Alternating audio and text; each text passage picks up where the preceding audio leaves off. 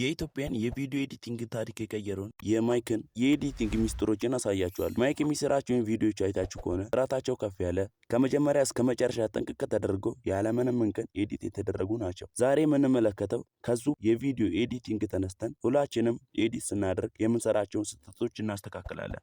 አሁን ማሳያችሁ ነገሮችን ካስተካከላችሁ እመኑን ጎበዝ ኤዲተሮች ትሆናላችሁ። ታዲያ እንዴት አድርገን እናስተካክል ካላችሁ በሶስት ደረጃዎች ከፋፍዬ ያሳያችኋለሁ። ቻናላችንን ሰብስክራይብ ያላደረጋችሁ ሰብስክራይብ አድርጉ። በሶስተኛ ደረጃ የምንመለከተው ዝምታ።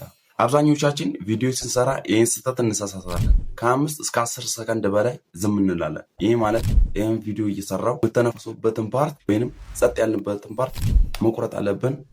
በሁለተኛ ደረጃ የምንመለከተው ከመጠን በላይ የሙዚቃ ድምፅ። ይህ ችግር በጣም ብዙ ቪዲዮ ኤዲተሮች ላይ እናያለን። እንዴት መሰላችሁ? ከኔ ድምፅ የበለጠ ወይም እናንተ ከምትሰሩት ቪዲዮ የበለጠ የባክግራውንድ ሙዚቃ ድምፅ ካለው በጣም ይረብሻል።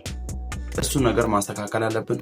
በአንደኛ ደረጃ የምንመለከተው በጣም ብዙ ትራንዚሽኖችን መጠቀም። ይህን ስላችሁ እንዴት መሰላችሁ? አሁን ለምሳሌ የቪዲዮ እንደዚህ እየሰራው እንዲህ አይነት ትራንዚሽኖች ሲበዙ በጣም ቪዲዮ ኳሊቲያችን የሚቀንሱት።